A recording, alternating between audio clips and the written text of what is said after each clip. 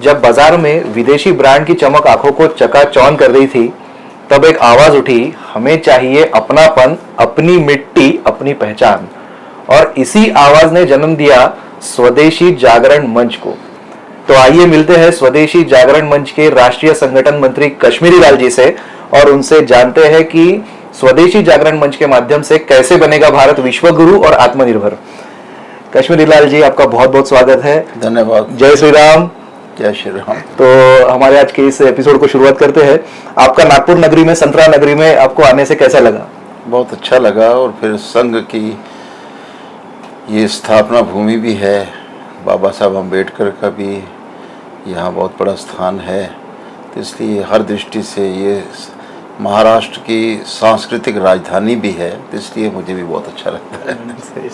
हमारी नागपुर नगरी की वही खासियत है, सब संतरे जैसे लोग और बहुत मीठा यहाँ पे ऐसा वातावरण है। स्वदेशी जागरण मंच के बारे में बात करते हैं कि इसकी जो स्थापना हुई उसका उद्देश्य क्या था? स्थापना तो एक विशेष कारण से हुई कि उस समय WTO की स्थापना हो रही थी। डंकल प्रपोजल जो कि बहुत ही खतरनाक थे, वो विदेशी कंपनियां प्रोत्साहित कर रही थी कुछ विकसित देशों को कि उसको लागू करके, और जैसे आज़ादी से पहले वो कच्चा माल यहाँ से खरीदती थी, तैयार माल अपनी शर्तों पे बेचती थी।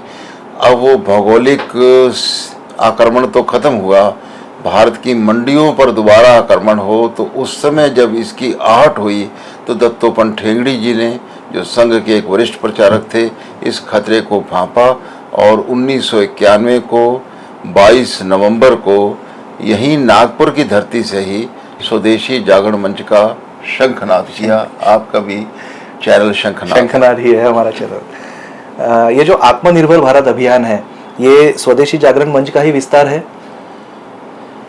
थोड़ा सा अंतर है।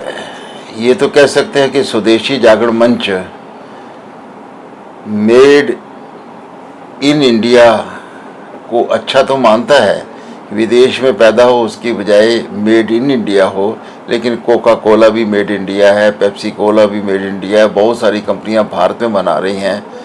तो हम ये चाहते हैं लोगों को घी खाएं, तो अभी ये डालडा घी है, लेकिन देसी घी हमारा ये है।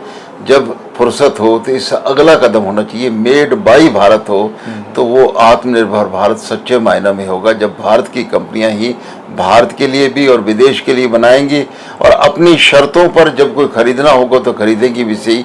लेकिन ये क्योंकि एक हमारा सपना है, वो एक व्यवहारिकता है, दोनों में कोई विरोध नहीं है, स्टेप आगे बढ़ने वाला है।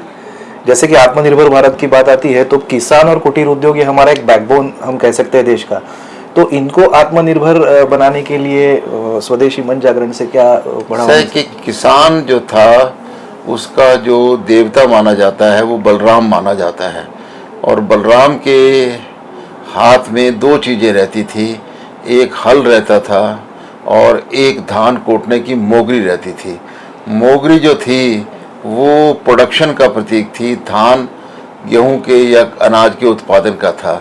तो किसान ने हल को तो याद रखा, लेकिन जो वैल्यू एडिशन करने के लिए आगे छोटे छोटे लघु उद्योग गांव में लगाने चाहिए थे और अपनी चीज़ को रिफाइन करके मार्केट में बेचे, ताकि वो अपने आप में ब्रांड बन जाए, वो काम कम होने के कारण से किसान की दुर्दशा है।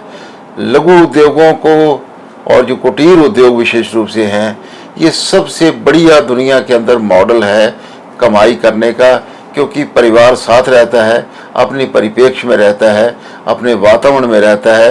तो इसलिए जो संकट आते हैं वो नहीं आते जो औद्योगिकरण से कारण से आए, परंतु इसको भी अपनापन के साथ साथ नवीनीकरण करना पड़ेगा, डिजिटलाइजेशन करना पड़ेगा।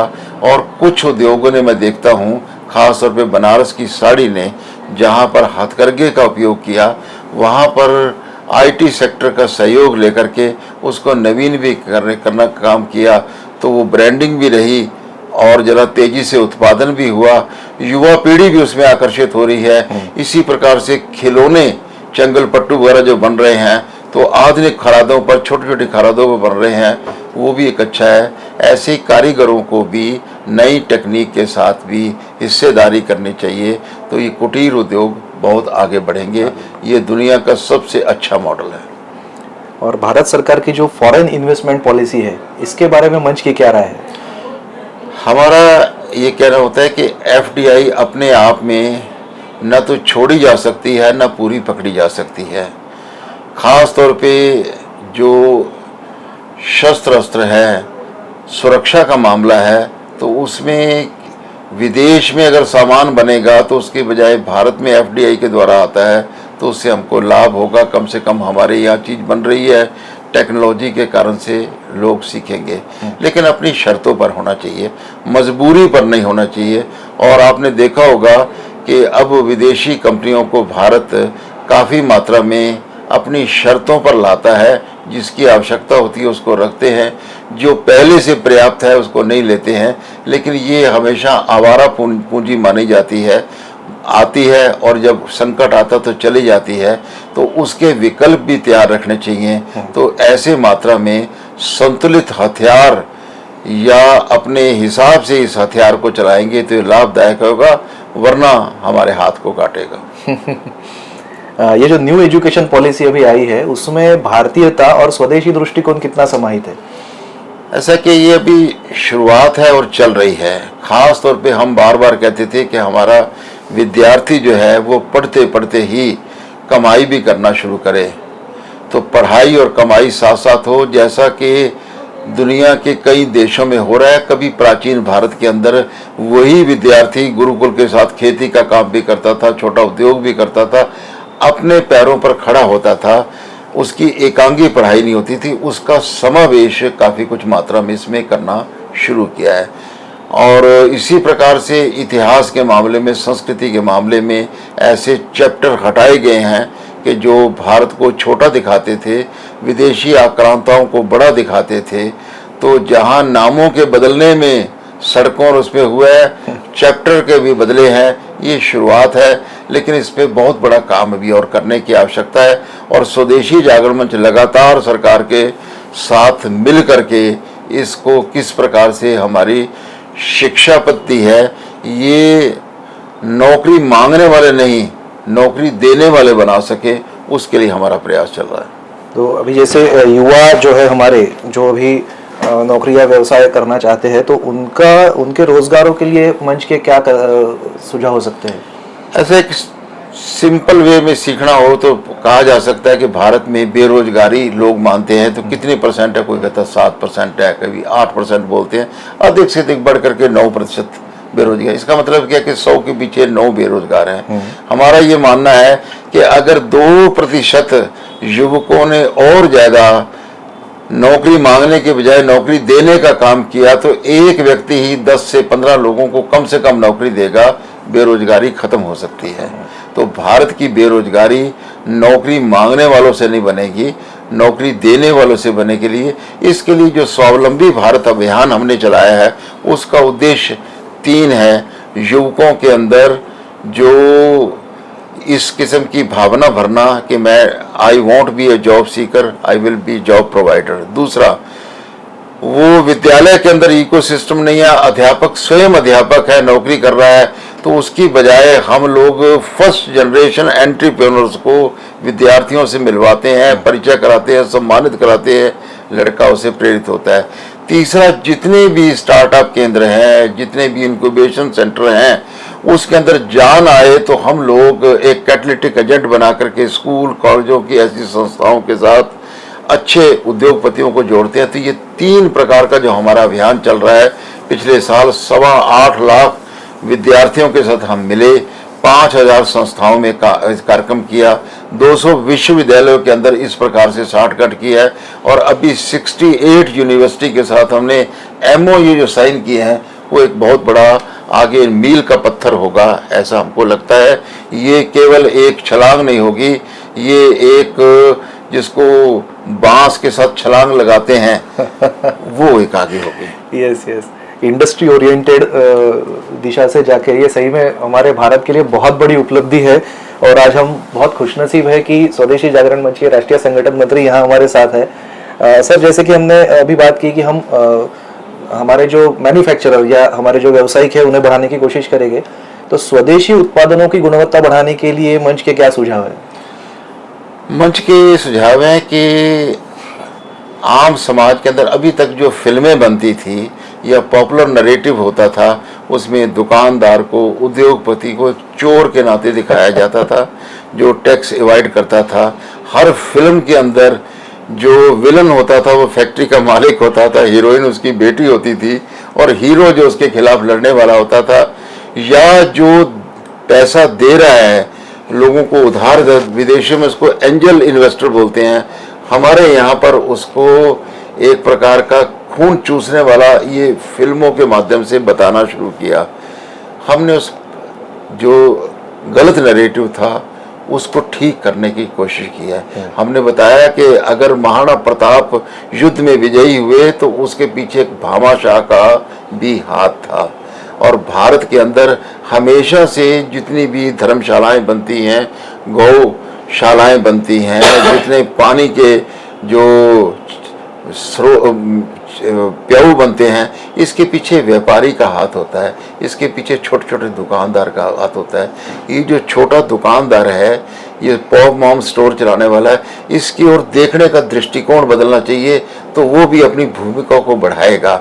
और ये हमारा गाइड है, फ्रेंड है, फिलासफर है मोहल्ले का, और कोई संकट आ जाए तो लोगों को रास्ता बताने वाला यही होता है। तो वो भूमिका बढ़ाने के लिए हमने जितने भी भारत में व्यापारी एसोसिएशन चल रहे हैं उनके साथ मिल करके एक अभियान चलाया है। खास तौर पे ऑपरेशन सिंदूर के बाद ये ऑपरेशन स्वदेशी सुरक्षा एवं स्वावलंबन अभियान चलाया है, जो व्यापारियों के साथ, और ख़ास तौर पे जो ठेले रेहड़ी वाले होते हैं, जिसको स्ट्रीट वेंडर्स बोलते हैं, जो लगभग 1.5-2 करोड़ संख्या में हैं, उनके साथ मिल करके उनको मानवीय चेहरा देना और उनका समाज के लिए योगदान करना और स्वदेशी के लिए वो सहायक बने, ऐसा अभियान चला है। इसका बहुत बड़ा परिणाम होने वाला है। जरूर, ये एक बहुत बड़ी बात हमें आज पता चली है कि हमारे हिंदी फिल्म जगत से पिछले कई सालों से ये स्लो पॉइजन की तरह वर्क कर रहा था, कि कई बार देखा है फिल्मों में, जो अभी सर ने हमें बताया। तो सर, ये सोशल मीडिया या फिल्म, ये जो सारी लाइन है, ये आजकल हमारे युवाओं पे बहुत असर कर रही है। तो सोशल मीडिया या डिजिटल माध्यम से हम युवाओं में स्वदेशी की भावना को कैसे जागरूक कर सकते हैं? ये तो एक बहुत बड़ी क्रांति हुई है। क्या है कि कुछ बड़े बड़े अखबार या मीडिया हाउसेस ये देश का नैरेटिव सेट करते थे। अब प्रोफेसर साहब गोखले जी दिल्ली में कॉलेज में पढ़ाते भी हैं और सोशल मीडिया के माध्यम से शंखनाद भी करते हैं। इसी प्रकार से जगह जगह प्रेस की असली स्वतंत्रता अब आई है। हाँ, अभी इसको गूगल जैसे और यूट्यूब से भी कैसे छुटकारा प्राप्त कर सकें उसका आगे देखना है, लेकिन अभी तक ये बहुत बड़ी क्रांति है। स्वदेशी के अंदर जो अच्छे अच्छे प्रयोग हैं वो छोटी छोटी फिल्मों के माध्यम से आ रहे हैं। बहुत यूट्यूब स्वदेशी को इस प्रयोग को लाभान्वित कर रहे हैं। तो ये हमारे लिए बहुत बड़ी एक भूमिका अदा कर सकता है। ये एक दूसरी जो जागतिक क्रांति है सोशल मीडिया की, ये ठीक हाथों में रहे, ठीक उपयोग हो तो स्वदेशी को भी बल मिलेगा, स्वदेश को भी बल मिलेगा, और विशेष रूप से ये जो अमृत काल है, आज़ादी का 100वां साल आने वाला है, तब तक दुनिया के अंदर एक बहुत बड़ा भारत का स्थान बनाएगा, ऐसा लगता है। क्या बात है, ऐसे लगता है कि बस सुनते रहो। और मराठी में एक वर्ड है इसमें, ओघवती वाणी, मतलब ऐसे बहाव जैसे, बस आप कह रहे हो और हम सुन रहे हैं। बहुत अच्छा लग रहा है सर की बातें सुन के, लेकिन थोड़ा समय का भी हमें बंधन है। तो सर, आज हमारे युवाओं के लिए आप क्या संदेश देंगे? युवा, कभी कभी कुछ युवा ऐसा मानते हैं कि नौकरी देना सरकार का काम है, उनके माता पिता का काम है। वास्तव में ऐसा होता नहीं है। सरकार का काम है, माता पिता का काम पढ़ाना होता है, सरकार का काम भी सुविधाएं प्राप्त कर कुछ देना होता है। इस समय सरकार ने बहुत सारी योजनाएं बना करके युवाओं को आगे बढ़ाना शुरू किया है, लेकिन जिसको इनोवेशन कहते हैं, नए ढंग से सोचना कहते हैं, जो आज समाज के अंदर दिक्कतें आ रही हैं, कठिनाइयाँ आ रही हैं, इसको देख कर के ये खुशी होनी चाहिए कि मैं उसको हल करूँगा। ये मायदा, ये विचार और बढ़ाने की आवश्यकता है। हमारा देश में यानी एक हमारी खानदानी बीमारी रही है कि हमारा युवा नौकरी के लिए पीछे भाग रहा है, आज भाग रहा है, लेकिन हमारा युवा हमेशा से अपना काम करता था, भारत में बेरोजगारी नहीं थी। अब भी ये उद्यमी बनने की कोशिश करेगा और उसको खास तौर पे एक दिक्कत आती है, पैसा कहाँ से मिलेगा। आज पैसे का संकट नहीं है, आइडिया होना चाहिए, तो पैसा पीछे पीछे भाग करके आता है। ऐसे जितने भी भारत के अंदर आप देखेंगे स्टार्टअप हैं या नए नए प्रकार के जो काम कर रहे हैं युवक, उनसे प्रेरणा लेनी चाहिए। भारत में इसमें बहुत बड़ी संख्या आज उद्योगपतियों में फर्स्ट जनरेशन एंटरप्रेन्योर होने चाहिए। युवकों को फिल्मी हीरो की बजाय इन हीरो को फॉलो करना चाहिए, इनके फोटो लगाना चाहिए, इनसे प्रेरणा प्राप्त करनी चाहिए, तो युवा मुझे लगता है बहुत आगे बढ़ेगा। और अपने क्रांतिकारियों को याद रखें, उस समय देश के लिए मरना जरूरी था, आज देश के लिए जीना जरूरी है, तो अच्छे ढंग से जिए। इतने ही मुझे युवकों से कहना था।